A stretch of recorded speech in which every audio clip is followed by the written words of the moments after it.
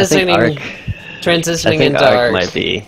Yeah, I think ARK might be more towards that, more kind of Sort of. Minecrafty They sort have of survival. agriculture, and they have domesticating of animals that you can ride, I'm and that's kind of interesting in I'm really itself. excited for it because it to me what I've seen from it and hearing about it and reading about it so far, it's almost it almost feels like what Rust is building up to be, but it's already there. Like It they've already feels got it all. like Rust, but with a better studio. Backing Yeah. it basically with the more sophisticated studio. Nothing against like the developers, right? But like they're gonna have way more extensive content than the game is Yeah. just coming out. Like Yeah, like they've already beat Rust to the punch where Rust has been spending over a year, almost 2 years now, well, and I mean like building that's up what they it's the have. different kinds of devs, you know. It's like Yeah. they're being open about the game and they're developing it in front of you, whereas this game got cranked out really quickly and they're gonna release something and they're going to develop it in front of us. They've said they're gonna have Twitch streams, things like that, but as far as content goes, they've got a way bigger inventory of content and a more interesting game design in general, I think. I don't know how much you caught of the like storyline background stuff, but that looks Well, really yeah, I thought interesting to that was me. all really cool. Like it It's seemed to have like a whole optional. bunch of shit. I like Like the there's a whole lot idea. of stuff to do. I like the idea of having that storyline background. I not that I'm opposed to randomly generated maps. I actually really like exploring randomly generated maps because it's different every time. You know, it's gonna like Yeah. at very least you have that. The map is going to be different. But in Yes. this, like the storyline's not going to be forced on you. It's not linear. They're just persistent objects in the environment and things with names, and like the map is the same. But the map is going to be fucking huge. Like if they're going to have 100 players on it, like the map is going to be huge. I'm interested really to see how their single player works out. Their single player to me just looks like basically just a dumbed down version of their multiplayer. Like I feel you like can maybe do it's- everything that you're gonna like. You could do the same thing that single player is online it- by hosting a server of your own Yeah. and playing on It- that. But It feels like single player is almost kind of like almost like a tutorial for yourself to learn the game without any worrying about other people. But right, but you can, like I said, you can do the same thing by hosting a server of your own and playing on Yeah. it, and then maybe inviting a couple friends to come enjoy learning with you, something like that. But is the hosting free on this game? you can host servers. I do not know if it's free. I mean, if it's not free, then I would I hope assume they some probably sort have of. to pay for the server, but sometimes you don't have to. There's workarounds, right? So, like, with a Minecraft server, right, you're supposed to pay to get a Minecraft server, but Yeah. and this works with pretty much any other thing that has LAN built into it. There's a program called Hamachi, which fakes LAN. You can add any computer that you can see through the internet into your LAN, and Hamachi gives you a fake IP, like it covers your IP to give to those other people within your LAN, and you can host a LAN server off of Hamachi using that IP. And then other people through the internet can join it. Because LAN is the same thing as the internet, it's just supposedly closed, but like it's able to fake LAN. So you can run free online servers like that, and depending on whether the game supports that kind of thing or not. So yeah, because most of the survival games I see like DayZ and Rust and that kind of jazz, the player-hosted servers are usually paid for servers, and that's when a lot of them will ask the players that regularly Right, play most for donations. online servers are like that, but like I said, Hamachi is a workaround. But I'm actually really like excited for this game because I think it's gonna take what I really like from Rust Make it a lot since I've better. been enjoying that and like add way more content and way more to do instead of just survive and Turrets, kill each other. interesting lighting systems. Yeah, like the rideable dinosaurs and Yeah, like tameable dinosaur dinosaurs seems combat legit. in itself adds a whole another like level of play that will be super fun to have, and like taming dinosaurs, and like even like the previews, like the Tyrannosaurus Rex running through, smashing through the doors, and they're all fighting a T-Rex and that kind of shit. Did you It catch seems the like part it'd be about the super bosses? fun. Yeah, They're summonable. the summon Yeah. bosses. So, like, maybe the T-Rex isn't something that roams around the map.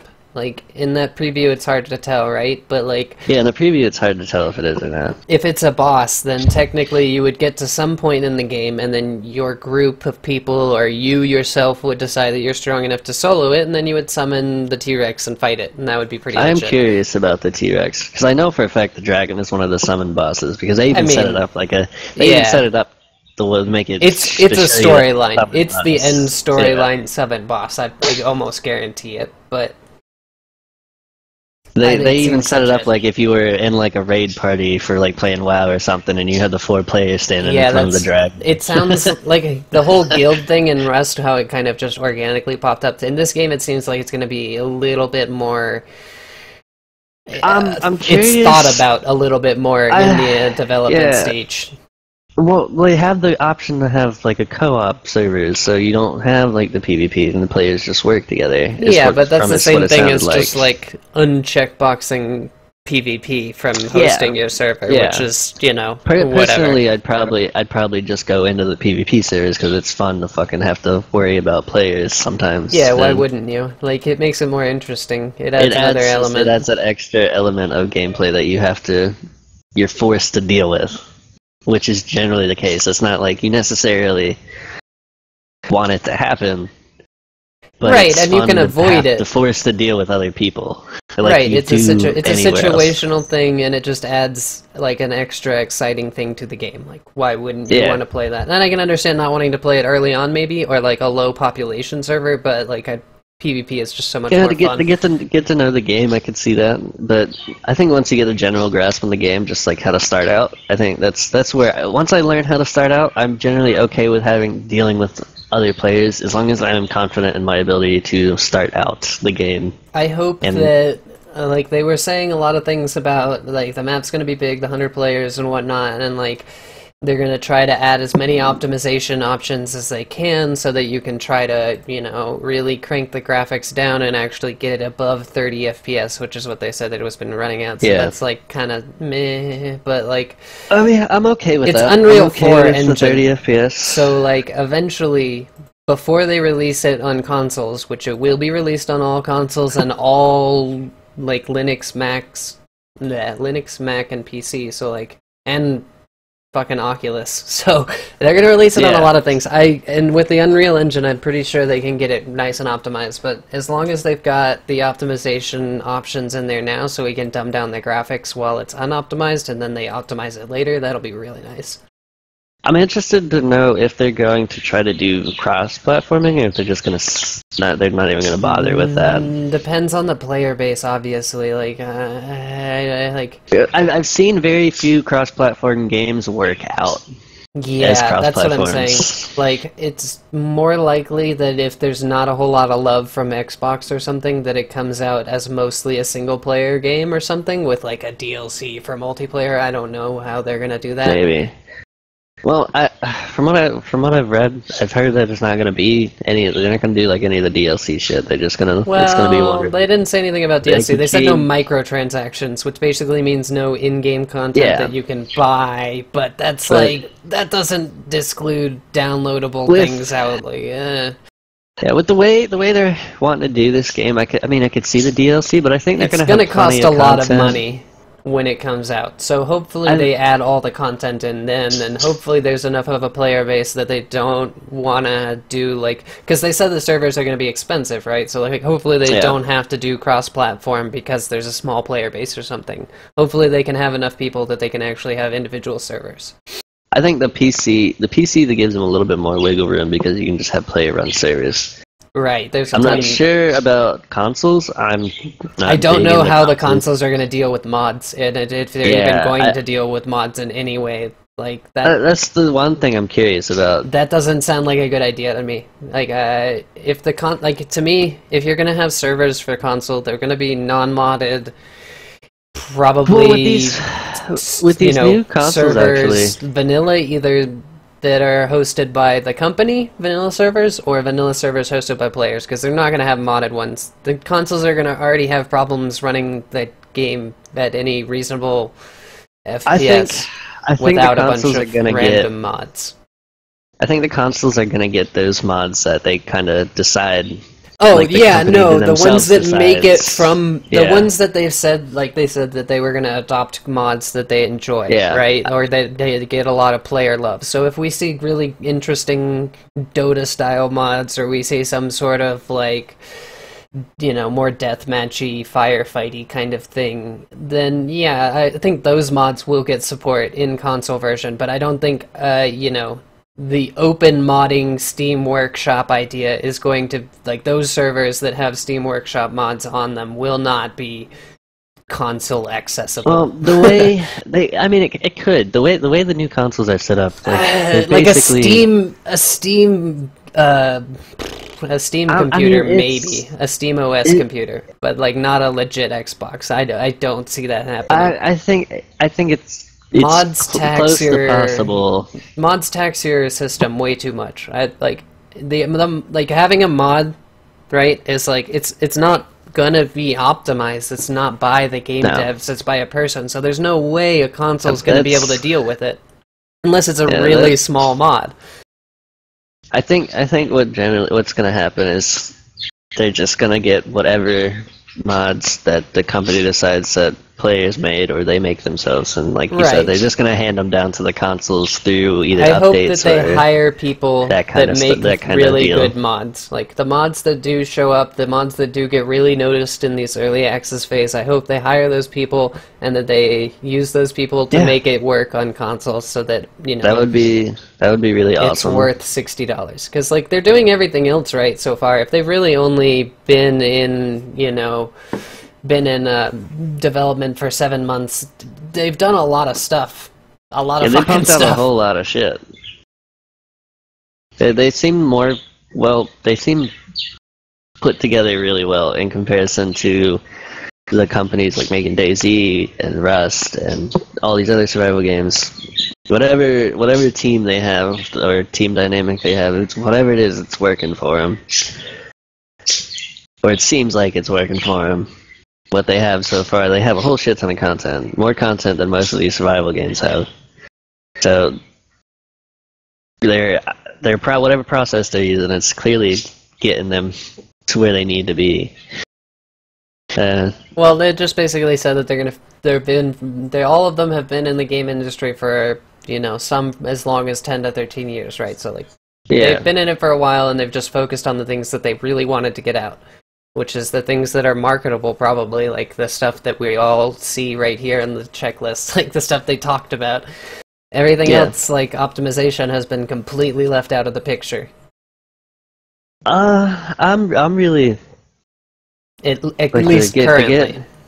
To get off track of what we're talking about right now, I'm really interested in the RPG stat building that they're talking about. They're not really explaining much about it. They explained 2 different stat systems from what I could gather, but like you said, it's very hinted. It wasn't very specific. There was a skill system that you could stat into that it sounded like had some blueprinty style things to it, right? And then there was what sounded like a randomly, not randomly, but like a task-based generated skill progression where, like, if you fire a bunch of arrows, you become better at that, is what it sounded like. But I don't... Well, I don't know how much of that one exists. I know that they're going to have stats that you get into and that will help you build basic things. Well, I'm curious what they're going to do with it, because the way he talked about it, there's one part of that interview that you linked me with him talking about it, and he said it would be easier to level up with like a group of players than by yourself. And I'm not really sure, like the way he described it, it sounded like you had like these levels, or maybe like a skill tree or something. I don't know. It was definitely skill tree sounding. Like a skill tree. Yeah, no, it sounded like to me that there was a moderately sized skill tree that like early on would allow you to maybe build a spear, or a bow, or something similar to that. But more complicated things like a gun, you would actually need a blueprint for, or a recipe for, and that you could lose, that was like an inventory item. So it sounded like the skill tree didn't necessarily, like the skill tree part of the skill stat system didn't really affect your stats very much, or he didn't really touch on how it affected your stats very much, but it sounded to me like your stats were affected based on what you did. So it potentially in a group, if everyone was doing very specific things, then yeah, you could all potentially level up or gather a lot of resources very quickly because you would become very skilled at your individual things. That's what I'm thinking. I'm thinking maybe if you're in a group, what would it happen if they do have a skill tree? I'm wondering if the skills trees branches off into like specific like classes, like you have like in an MMO, but survival skills, I guess, like combat or gathering or crafting, that kind of thing.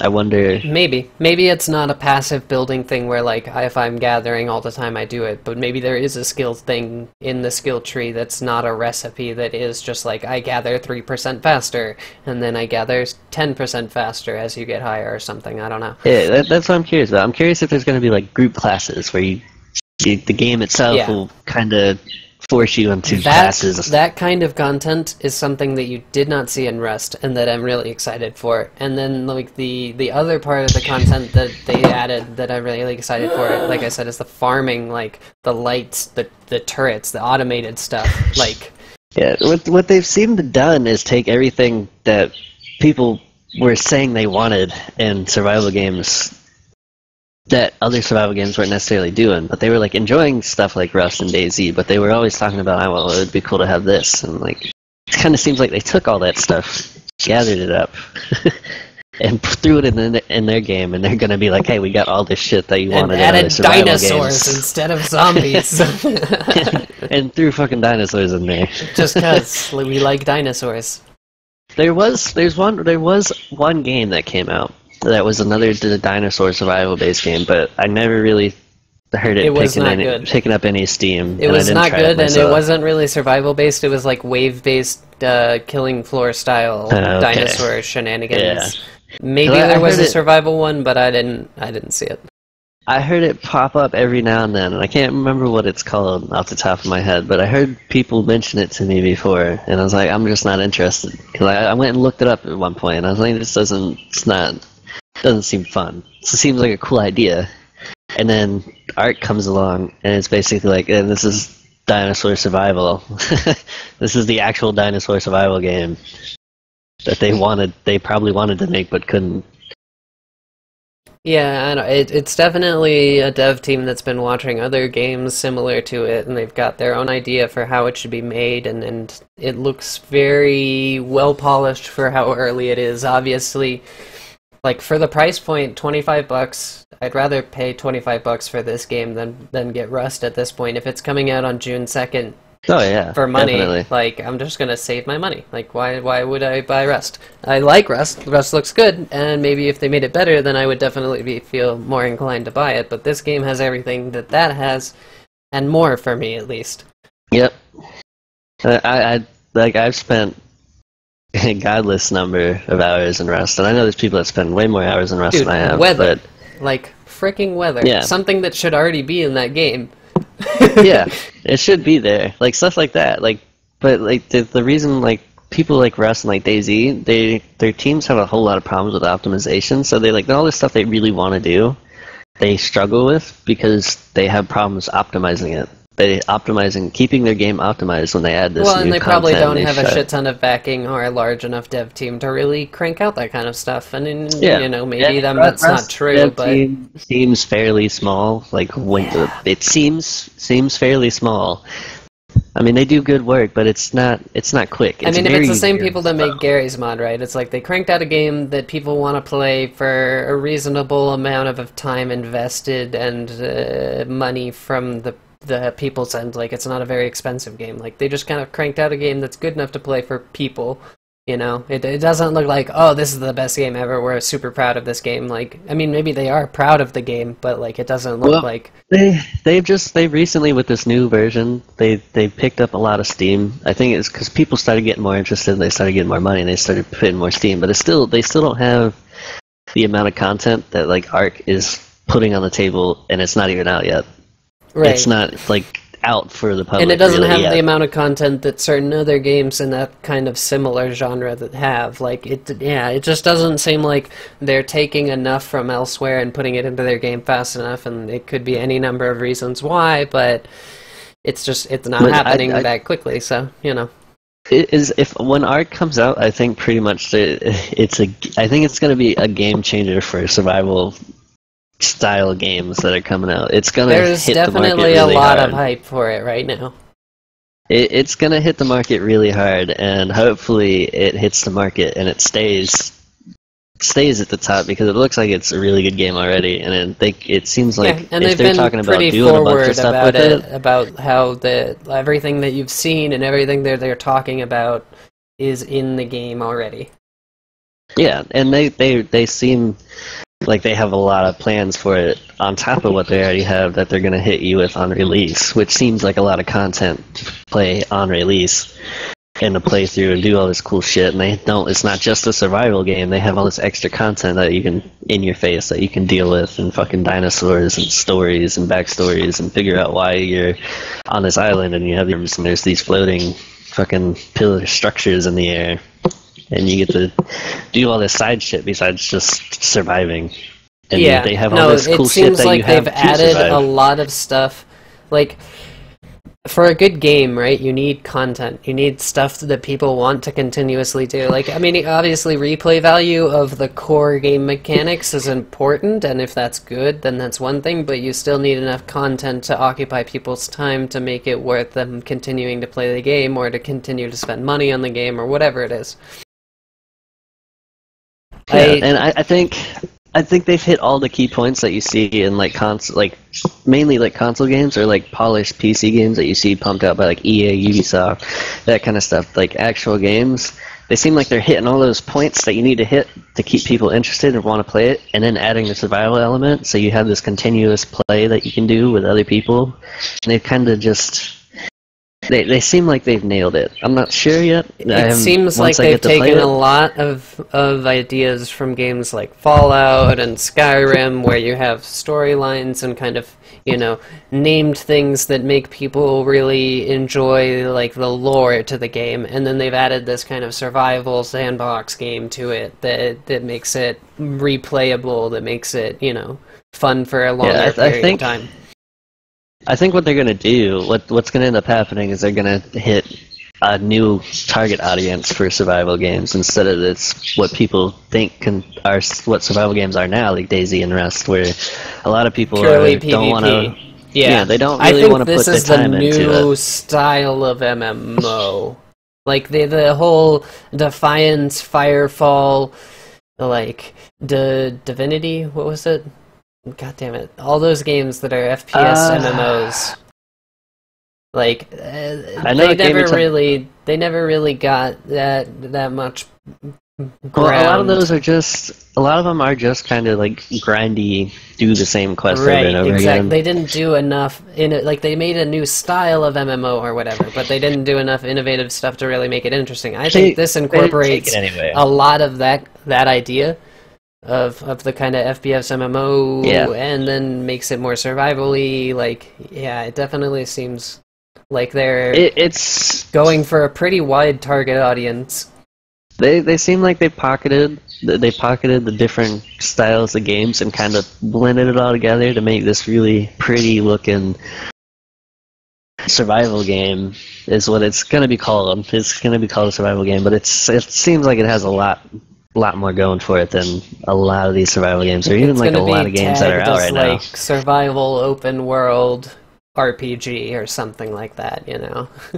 I think this game will get big really quick, and I don't think money's going to be a real issue for them.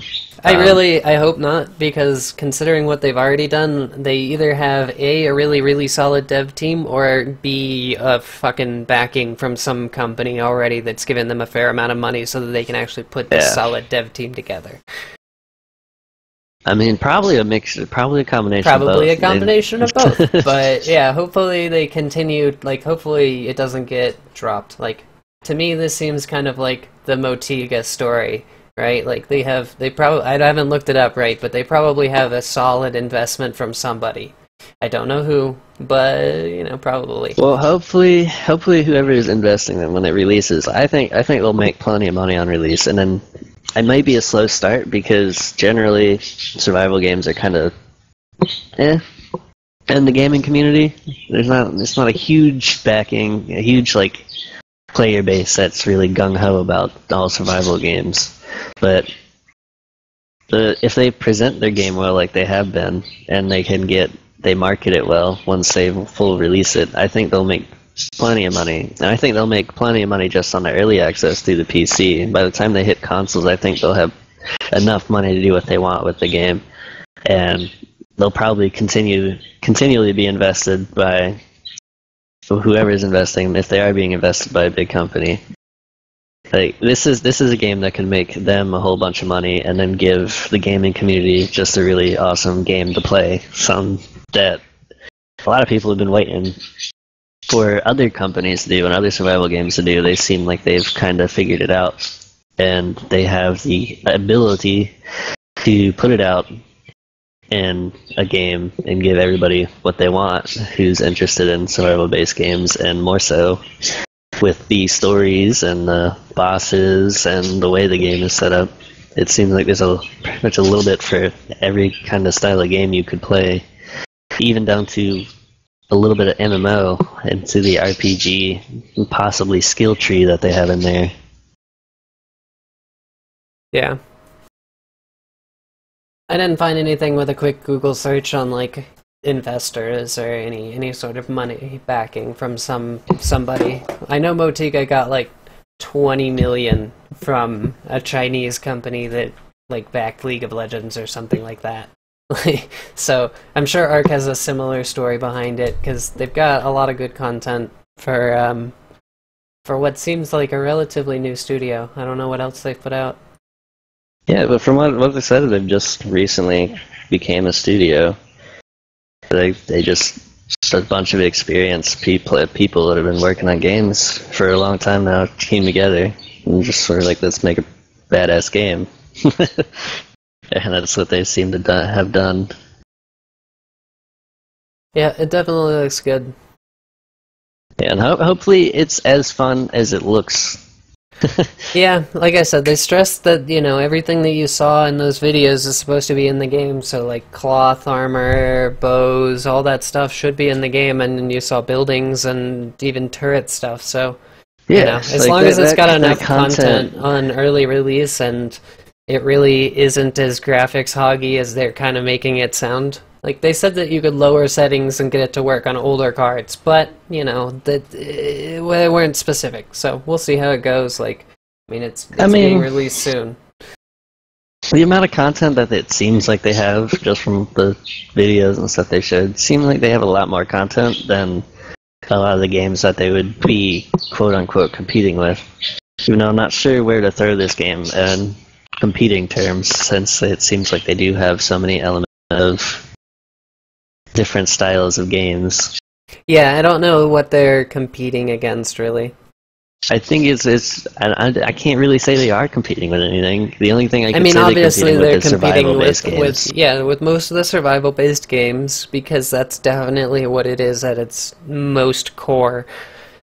But it has a lot of other elements. They've just kind of taken it to the next level of survival games, is what it appears to be like. So it's hard to really say they're even competing with those style of survival games, where it's kind of where you have Rust Daisy. It's just kind of straightforward, kind of survive PvP. And I know I'm not really sure what direction Rust is trying to take their game, but it's going to be a little too late by the time ARK picks up steam and gets its footing. Yeah, and they're not being very clear, so it doesn't make it very. Yeah, the way the Possible. developers go about Rust is they just kind of throw things in your face. We're like, hey, we're making this, and then we're thinking about this stuff. But I think, like, I think what it comes down to is they're not having maybe an as experienced group of people, which is probably not true. I'm pretty they're probably all really experienced and good at what they It's do, just but their different team goals. seems a lot Different smaller. goals, I think, Yeah. in the dev team. Like, they're making a game, like I said, that's kind of similar to Gary's Mod, something that can kind of do whatever, I guess, but... And I mean, you could say they've been in alpha. They've been basically in alpha for almost 2 years now. Yeah, Slowly and I mean, adding up that happens game. to a lot of games. Like, I wouldn't be surprised if ARK stays in this early access phase for, like, a year at least before it... I mean, who knows when the PC But is going to get released, even if they did, Even if they did, they've have, got more content. I agree. No, Yeah, but like they already have more they're content than probably other going to survival stay games. in this early access phase for a while, simply because they're going to release on PS4 and Xbox. So like they're not going to just drop the game. I think their early access is not necessarily like building onto the game content-wise, but more so. Well, it should be with the mod trying idea, with the mod incorporation. And they're besides, looking like, for feedback. They're not looking to add on, like, I feel like Rust is looking to add stuff in, right? Whereas this is looking to just fix the game at its core, and they already have an idea for what they want in the game. Yeah, like, Rust is looking for a direction, basically. They have sort of a direction, but, like, ARK already has their direction, and they know what they want to do with their game. And their early release isn't going to be like a lot of these other survivals where it's kind of like, oh, you can kind of help us, lead us where we want to go, help us see what we need to do. ARK's just kind of like, we already know what we want to do. We're going to let you guys play it, test everything out, tell us what's broken. But if you come up with good help us fix ideas, it. then Yeah, we'll and if you totally come up with good incorporate them, ideas, you know? Yeah, like you have a chance to be Which a is part good. of their game That's as good. a player. Like, you don't, I don't know, I mean, and there's a nice aspect to building a game up, right? Like, helping a developer figure out really where they want to take that exact direction. There's some nice aspect to that, but, like, at the same time, you want a developer that knows what they're doing so that they really are cranking stuff out, you know, that they're making stuff. They have a direction, and they want it, and they just need your input to help make it the best game it can possibly be. That's more satisfying to me. Helping someone, like you said, helping a developer like give a direction is cool and all, but it's not as cool as being able to make a mod for the game and then possibly taking your mod and making it part of their game in an official manner. Right. And like I said, they're not going to create as much content in a studio that doesn't have a hard direction, whereas a studio with a more clear idea of where they're going is going to be pumping out content regardless of your input, regardless of there's like no feedback from players, you know? Another thing I'm interested in is how the gunplay is going to be. Well, they said it's going to be hit scan for guns and projectile for bows. And then there's attachments I'm curious for it. to see, there's scopes, just lights, to see how it plays out, like that. kickback, like the kickback, that kind of this recoil, thing that has spread, natural sway, that kind of stuff. He said it's like Far Cry, or Fallout. So they probably not a whole lot of natural sway. Yeah, I think those games have a fair amount of realism in them. Yeah. So there probably will be some, and I don't know about crosshairs. Like they're going with a pretty minimalistic UI. I don't think they'll put in crosshairs. I think it'll be like aim, like you get to aim down the sights or you can hip fire, that sort of thing. But I don't think they're gonna throw crosshairs in there. You kind of have to wing it. Yeah, you just kind of get used to it, which is sort of how Rust does sort of their bows and stuff. They do projectile bows, but their guns are also projectiles. Like it has bullet drop, that kind of stuff. And like the gunplay in Rust is very difficult to use. And well, you're supposed to be able to see tracers that help you follow the bullet drop. You can see tracers, but the gunplay, it's very difficult. It's not something you can go into like if you're playing like Call of Duty or something. You're like, I play FPSs, I can use the guns on Call of Duty. Like Rust, you could be really good at FPS games, but you go play Rust and try to use their guns in the system that is used for their gunplay. It's still very difficult to be good with their guns. Like it's not like something you can like turn around and then just light people out, like to get 2 headshots in a row. It's just kind of half luck, half skills when it comes to using the weapons and Rust. And I mean, it's not a bad thing. But sometimes it's frustrating because there's no real guaranteed way to know if you hit somebody, which you wouldn't know in real life. So they're kind of sticking to that whole kind of realistic point there. But it'd be nice to know that when you're using a gun, to know if you're aiming well or you're not aiming well. I mean, like, obviously the person dies, right? But, like, maybe, like, a tiny sound if you get a headshot or something. Well, like... they did just recently re-add that, which is nice. They added the headshot noise. Nice. Just recently. It was like the last patch they had. They just added it in. And it's really awesome to know that, like, if you're shooting a bolt, like the other day I shot somebody from across the map and hit him in the head, and I only knew I hit him in the head because I heard the crunch noise from where I was, because it plays all the way back to your player, and it gives you that crunch, like a skull crunch, basically. But I'm curious to see if they're gonna do with that kind of stuff on ARK. It seems like it's going to be a lot easier to pick up. The gunplay seems like it'll be a lot easier to pick up. Yeah, well, there won't be bullet drop on it, so there's that. Yeah. But if they don't have crosshair, then hip firing is still going to be relatively difficult, and shooting with an iron sight, depending on spread, could still be difficult. Yeah, which I'm totally okay with. I enjoy that. Like, I enjoy the aspect of I like being super, super easy. The realism a little bit. It's nice.